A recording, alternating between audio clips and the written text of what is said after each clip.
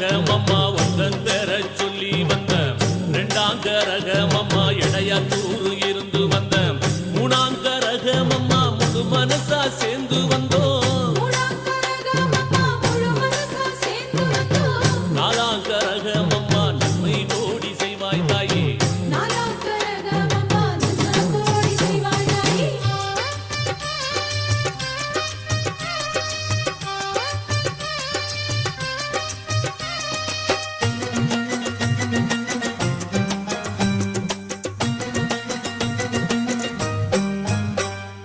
அஞ்சாங்க